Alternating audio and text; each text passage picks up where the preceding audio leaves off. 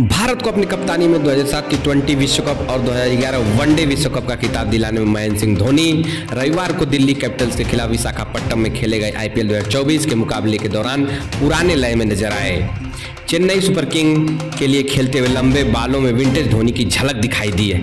आपको बता दें कि धोनी की हालांकि अपने टीम को जीत तो नहीं दिला सके, लेकिन उन्होंने कुछ दर्शनीय शॉट लगाकर फैंस को पुराने दिनों की याद दिला दी। दिल्ली कैपिटल्स ने यह मुकाबला 20 रन से जीता और इस सीजन में अपनी पहली जीत दर्ज कर ली। वहीं ऋतुराज गायकवाड़ की अगुवाई वाली सीएसके को 2 मैच जीत के बाद पहली हार का स्वाद चखना पड़ा। मिलते हैं नेक्स्ट वीडियो में, तब तक के लिए नमस्कार।